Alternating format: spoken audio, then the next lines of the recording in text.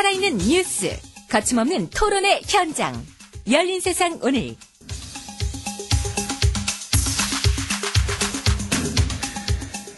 공식적인 대통령 선거운동이 시작되면서 여야 후보들의 날선 상호 비판이 지금 이어지고 있습니다. 새누리당 박근혜 후보 측은 문재인 후보에 대해서 실패한 정권의 2인자라는 점을, 그리고 민주통합당 문재인 후보는 박근혜 후보에 대해서 빵점 정부의 공동 책임자라며 MB 정권 심판론을 지금 강조하고 있습니다. 이런 가운데 안철수 전 후보의 문재인 후보 지지 여부와 지원 수준은 그 대선 결과의 또 다른 변수로 지금 작용하고 있습니다.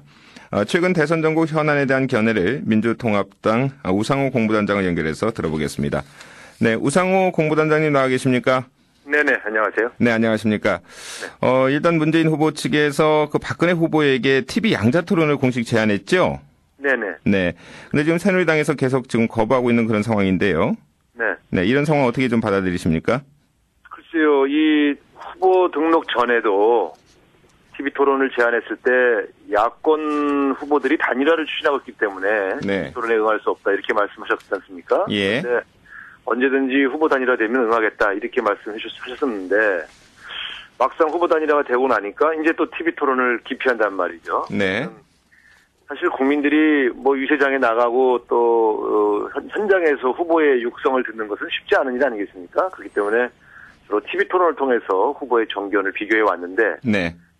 박근혜 후보가 이런 식으로 TV 토론을 계속 회피하는 것은 결국 국민의 알 권리를 제약해서 자신에 대한 불리한 사실 이런 것들을 덮겠다 이런 의도로 보여지고요. 이것은 검증을 피하는 후보의 자세이기 때문에 옳지 않다. 이런 점에서 TV 토론을 과거에 했던 숫자만큼 해보자 이렇게 제안을 하고 있는 상태죠. 네. 새누리당에서는 그 야권의 대선 후보가 너무 늦게 결정이 되면서 시간이 촉박한 거 아니냐. 뭐 그래서 국민의 알 권리 부족 책임은 민주당에 있다. 지금 이런 주장을 하고 있죠. 아니 그때도 토론을 이런저런 이유로 피하고 또 이제는 시간이 없다고 피하고 변명을 너무 좀 국민들이 납득할 수 없는 수준에서 하는 것 같습니다. 네. 토론하는데 1시간에서 1시간 반이면 되는데 뭐가 시간이 없다는 건지 알 수가 없어요. 뭐 11시 반에 해도 되는데 밤에.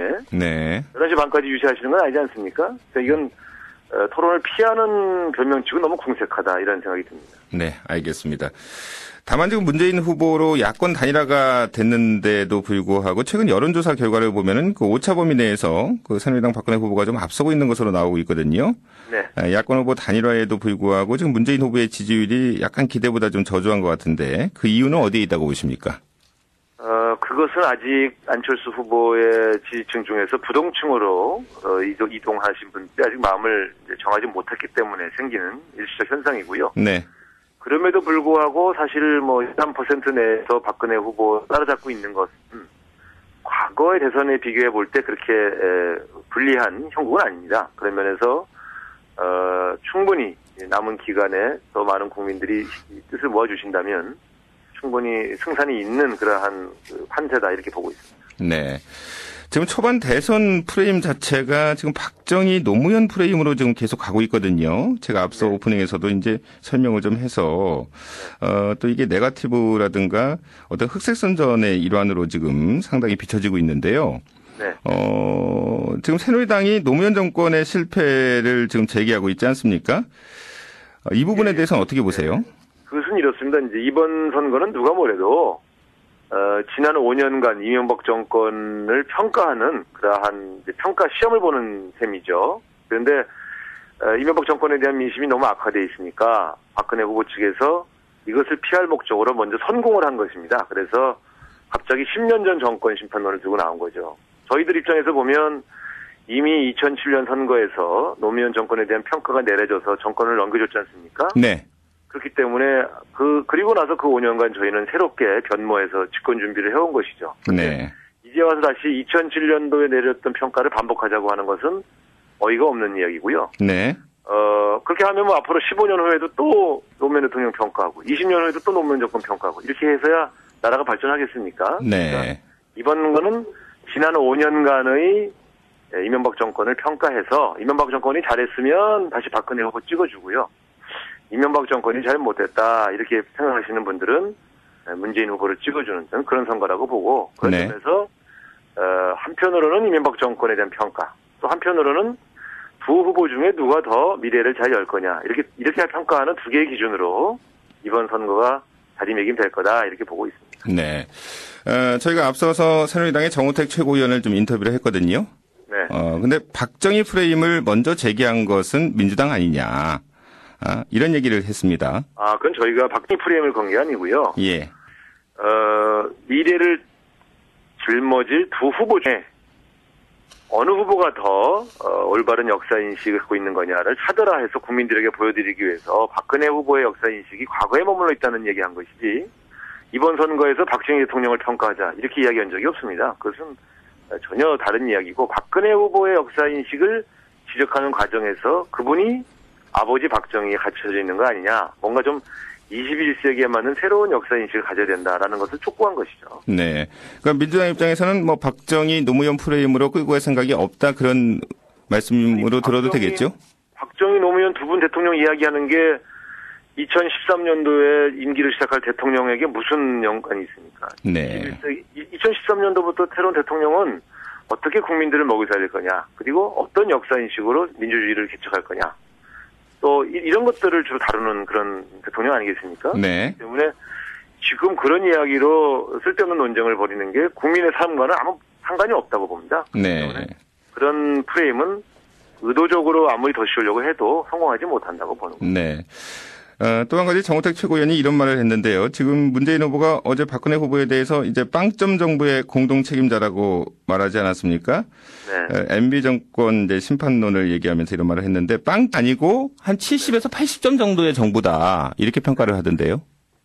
아니 그러니까 이제 뭐 빵점이냐 70점이냐는 거는 이제 주관적으로 점수를 매기는 사람의 평가인데 예. 그만큼 이명박 정권이 잘 못했다. 경제적으로 서민들 중산층들 다 파탄내고 너무 어렵게 살고 있지 않느냐는 것을 강조해서 말씀하신 거고요. 네. 박근혜 후보는 자꾸 자기가 이명박 정권과 상관없는 것처럼 피해 가시지만 사실 이명박 정권 대통령 시절에 집권당 대표와 비대위원장을 하지 않으셨습니까? 그러면 우리가 집권당의 책임을 맡았던 분이 그 정권과 아무 책임이 상관이 없다. 이렇게 말하는 건 너무 무책임하죠. 그건 있을 수 없는 이야기고요. 네. 당시에 집권당의 비대위원장으로서 이명박 대통령이 잘못하면 바로 잡았어야 되는 거 아니겠습니까? 근데 그 당시에는 그런 것을 바로잡지 않고 이제 와서 나는 상관없다. 이렇게 이야기하시는 건 국민들을 속이는 일입니다. 그렇기 때문에 그 문제를 지적한 것이죠. 네.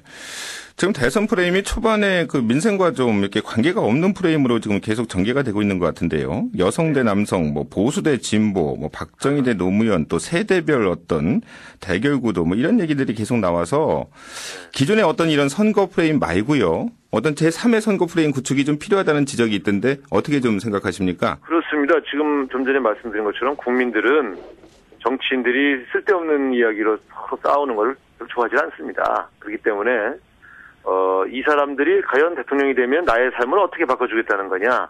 결과적으로는 이 문제에 관심이 있는 거 아니겠습니까? 그렇기 때문에 저희들이 내건 경제민주화, 보편적 복지, 일자리 혁명, 남북 협력 관계 이런 정책적인 그러한 그 공약을 가지고 박근혜 후보와 토론하기를 바랍니다. 그래서 어떤 정책이 정말 국민의 삶을 도와주는 거냐. 예를 들면 누가 부자를 위한 정권이고 누가 서민을 위해서 할 그런 정권이냐. 이런 것들을 좀 분석하게 해줘야 될 거 아니겠습니까? 그래서 우리는 저희들이 애초에 열심히 준비했던 이런 정책 공약들을 국민들에게 잘 설명하는 그런 정책 전선을 좀 만들고 싶습니다. 그런데 이 선거 초반부터 말이죠. 갑자기 노무현 대통령 심판론을 들고 나오니까 아니 이게 갑자기 선거 초반에 왜 이러지? 이런 어리둥절한 분위기죠. 네. 그럼에도 네. 좀 건강하게 자 내가 이런 정책으로 우리 국민들을 먹여 살리겠습니다. 이런 경쟁을 했으면 좋겠습니다. 네.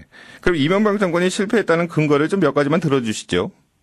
왜 빵점인지. 중요한 게 이런 예. 겁니다. 경제 정책에 있어서 네. 너무 부자들 특히 재벌 중심의 경제 정책을 피면서 서민과 중산층이 붕괴했죠. 지금 골목상권도 붕괴하고요. 이 가계부채가 벌써 좀 910조를 넘어가고 있고요. 지금 사실 실업률도 굉장히 높고 또 이 성장률조차도 지금 우리 노무현 정권 때보다 한 1% 정도 낮은 그런 아주 그 최악의 성적표를 보이고 있지 않습니까? 또 남북 관계도 말이죠. 포탄이 왔다 갔다 할 정도로 파탄 났고요. 이게 일본과의 관계도 계속 끊임없이 갈등을 빚고 있고 하지만 이 전체적으로 총체적으로 이 무능과 파탄으로 일관된 5년이었다 이렇게 보고 있고요. 네네. 국민들이 그만큼 이명박 정권에게 경제만큼은 살릴 줄 알았는데 하는 그런 아쉬움이 있는 것처럼 굉장히 실망이 큰 것 같습니다. 네, 알겠습니다. 정책을 좀 바꿀 때가 됐다 이렇게 생각합니다. 네. 안철수 전 후보 얘기를 좀 해보겠습니다. 네. 사퇴한 안철수 전 후보의 선거 지원 시기와 이제 방식이 관심을 끌고 있는데요. 일단 문재인 후보와 안철수 전 후보의 회동부터 좀 이루어져야 할 것 같은데 지금 내부적으로 어떤 노력을 하고 있습니까? 뭐 다 말씀드릴 수 없습니다만 이렇게 저렇게 이제 이런저런 말씀들을 전달하고 또 전해받고 있는데요. 네. 아무래도 또 안 후보 자신도 본인들의 지지자가 있지 않습니까? 네. 일했던 분들이 계시기 때문에 그분들과 상의도 잘 해야 될 것이고 또 예. 지지자들이 또 다 사실 자기가 지지하던 분이 후보가 안 되면 좀 서운하거든요. 네. 그러니까 그분들이 좀 마음을 좀 녹을 때까지 좀 기다리실 필요가 있을 것 같습니다. 네.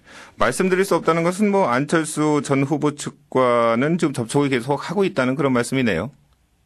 뭐 공식적인 건 아니지만 네. 뭐 여러 통로를 통해서 뭐 여러 가지 사정도 알아보고 또 의논도 하고 있는 것입니다. 네. 뭐 일단 두 후보가 좀 만나는 걸로 지금 예상을 하고 계십니까? 만나게 되시죠, 결국은. 네. 이제 결국 이것은 안철수 후보 측을 좀 저희가 배려해야 되기 때문에. 예.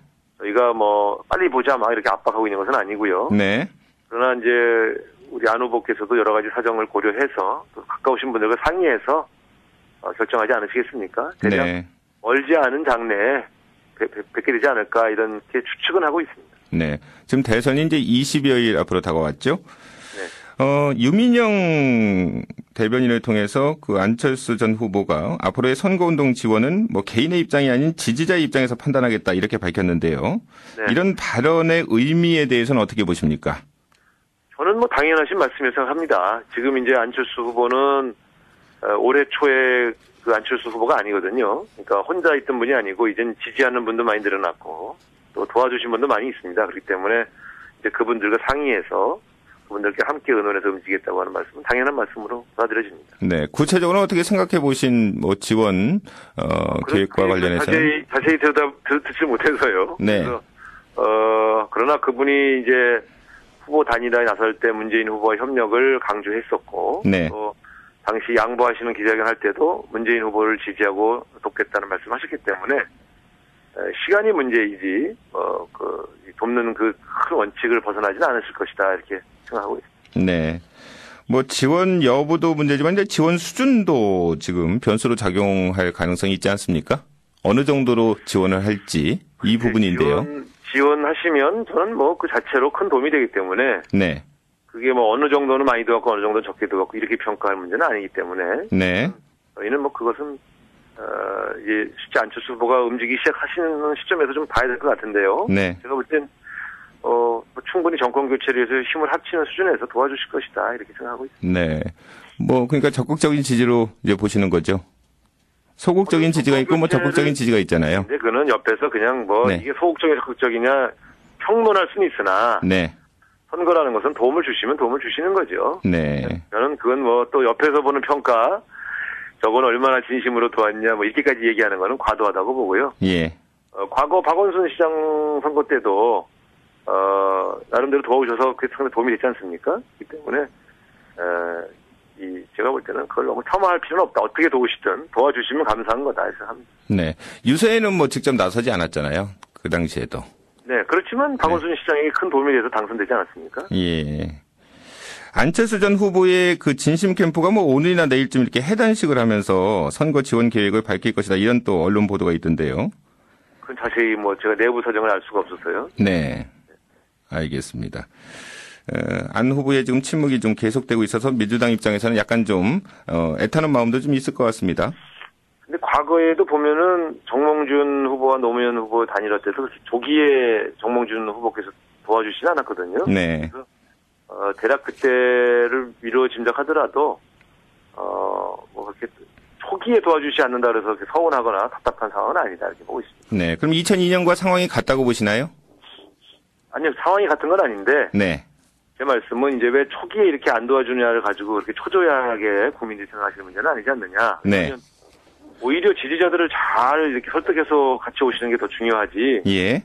초반에 빨리 움직이시는 게 더 중요한 것은 아니지 않느냐 이렇게 좀 보고 있고요. 어쨌든 결과적으로 보시면 나중에 두 분의 만남을 통해서 새로운 정치 또 새로운 대한민국의 변화가 눈에 띄게 보이실 겁니다. 이번 선거도 두 분의 협력으로 승산이 있게 좋은 결과가 나올 걸로 기대하고 있습니다. 안철수 전 후보의 지지자들이 뭐 어떻게 돌아오게 하느냐가 이제 관건일 것 같은데요. 안철수 전 후보의 지지자들 상당수가 이제 반여권의 진보 성향을 띠는 만큼 뭐 대선에서 박근혜 후보를 지지하지 않겠지만 투표 자체를 포기할 가능성은 있다, 높다. 이런 지적들이 계속 나오고 있습니다. 저는 그렇게 보지 않습니다. 예. 안철수 후보를 지지할 때요. 이분들이 새로운 희망을 발견한 거 아닙니까? 그리고 그 과정에는 대한민국을 변화시켜야 되겠다고 하는 강한 욕망이 있었거든요. 그렇기 때문에 비록 본인이 지지하는 후보가 대통령 후보가 되지는 않았지만 대한민국을 바꾸고 변화시켜야 되겠다는 그 생각, 그 이명박 정권에 대한 실망이 바뀌지는 않았다고 봅니다. 그래서 남은 기간 저희가 충분히 안철수 후보와 협력하고 또 안철수 후보와 합의했던 새정치 구상 또 새로운 정책 합의들을 잘 지켜나가면 그리고 이명박 대통령의 집권 연장을 막아야 한다. 이런 큰 담론에서 동의가 이루어지면 저는 충분히 다시 투표하실 것이라고 그렇게 확신하고 있습니다. 네. 안철수 전 후보가 문재인 후보 지원을 뭐 어떤 방식이나 뭐 강도 여하를 떠나서 하여튼 지원 의사를 좀 계속 밝히면은 안철수 전 후보를 지지했던 분들이 문재인 후보로 상당수 돌아설 수 있다. 이렇게 지금 보시는 거죠? 저는 그것만으로 충분하다고 보지 않습니다. 그러니까 안철수 후보의 지원과 협력도 꼭 필요하지만요. 예.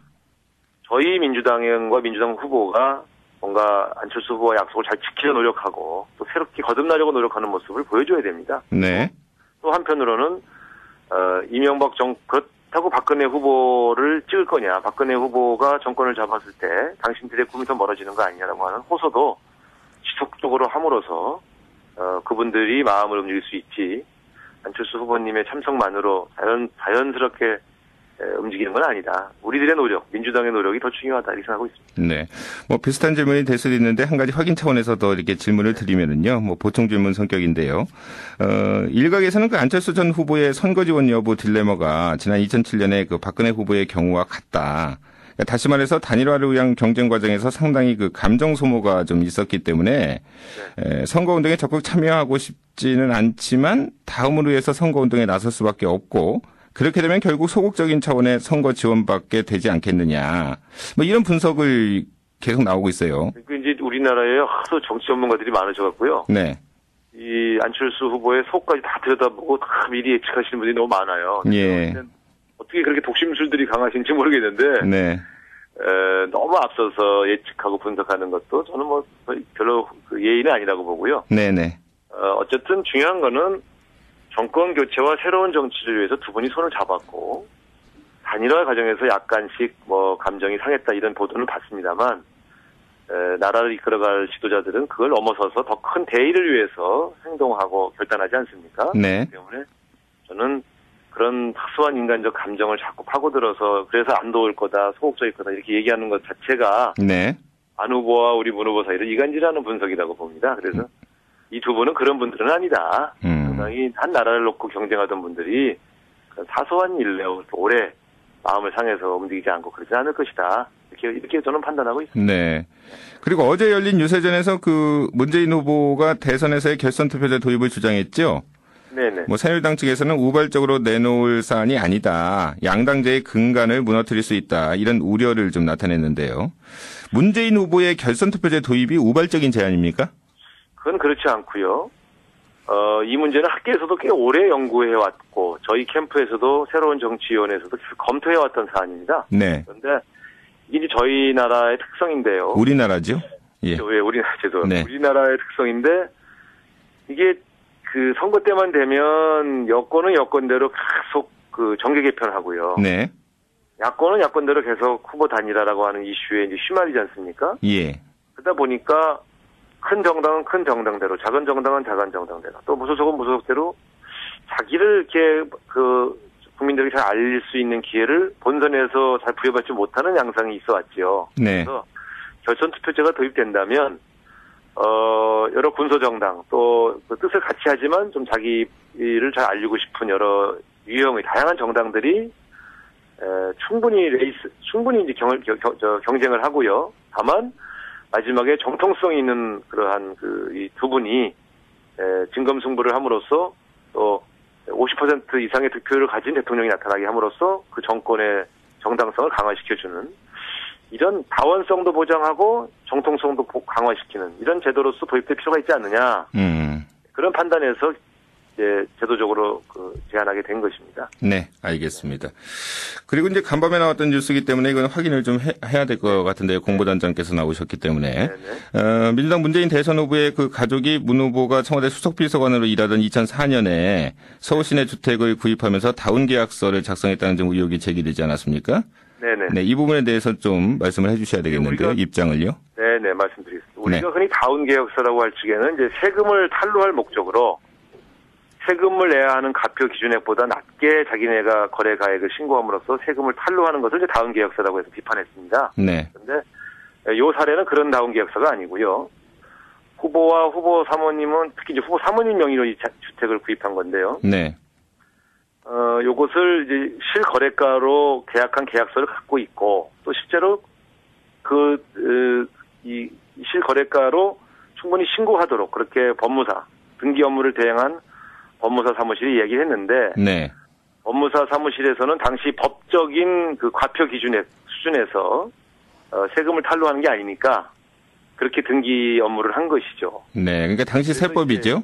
당시 세법이 이제 표준 시가로 신고하도록 되어 있었던 모양입니다. 네, 실거래가가 아니고요. 그렇습니다. 그러니까 이제 이 당시 법무사는 당시에 거의 모든 주택 매매자들이 그렇게 하니까 자기들은 그렇게 신고를 한 모양인데. 결과적으로 그러나 이 사실을 몰랐기 때문에 후보자는 당시 공직자 신고 재산 등록할 적에 당연히 집에 있는 계약서를 보고 2억 9,800으로 재산 등록을 했지요. 그렇기 때문에 약간 오해가 있을 수는 있습니다만 사실관계를 들여다보면 세금을 탈루한 사실도 없고 또 이 본인이 직접 실거래가를 재산 등록을 했기 때문에 이것은 사실 법적으로는 아무 문제가 없었습니다. 다만 후보께서는 어제 보고를 들으시고 그러면 법무사 쪽에서 등록할 때까지 좀 감독을 철저히 할 걸 하는 그런 본인의 후회를 하시면서 그건 국민에게 사과를 드려라 이렇게 말씀하셨습니다. 그러나 적어도 우리가 흔히 공직자 인사청문회 때 세금 떼어먹고 부동산 투기하려고 다운계약서 작성한 그런 사례는 아니라는 것은 분명히 확인이 됐습니다. 네. 조금 전에 공직자 재산 등록할 때 가액을 말씀하셨는데 실거래가가 2억 9,800이고 그리고 시가 표준액이 1억 6천만 원이죠? 그러니까 1억 6천만 원으로 공직자 재산 신고한 거죠? 아니다. 공직자 재산 등록은 2억 9,800으로 한 거죠. 네. 네. 실거래가로. 왜냐하면 이분들은 그게 1억 6천으로 신고된 걸 잘 모르셨기 때문에. 네네. 자기들이 집에 있는 계약서 보고 2억 9,800으로 신고하신 거죠. 예, 알겠습니다. 오늘 인터뷰는 여기까지 하겠습니다. 네, 고맙습니다. 네, 감사합니다. 민주당 문재인 후보 선대위의 공보단장을 맡고 있는 우상호 의원이었습니다.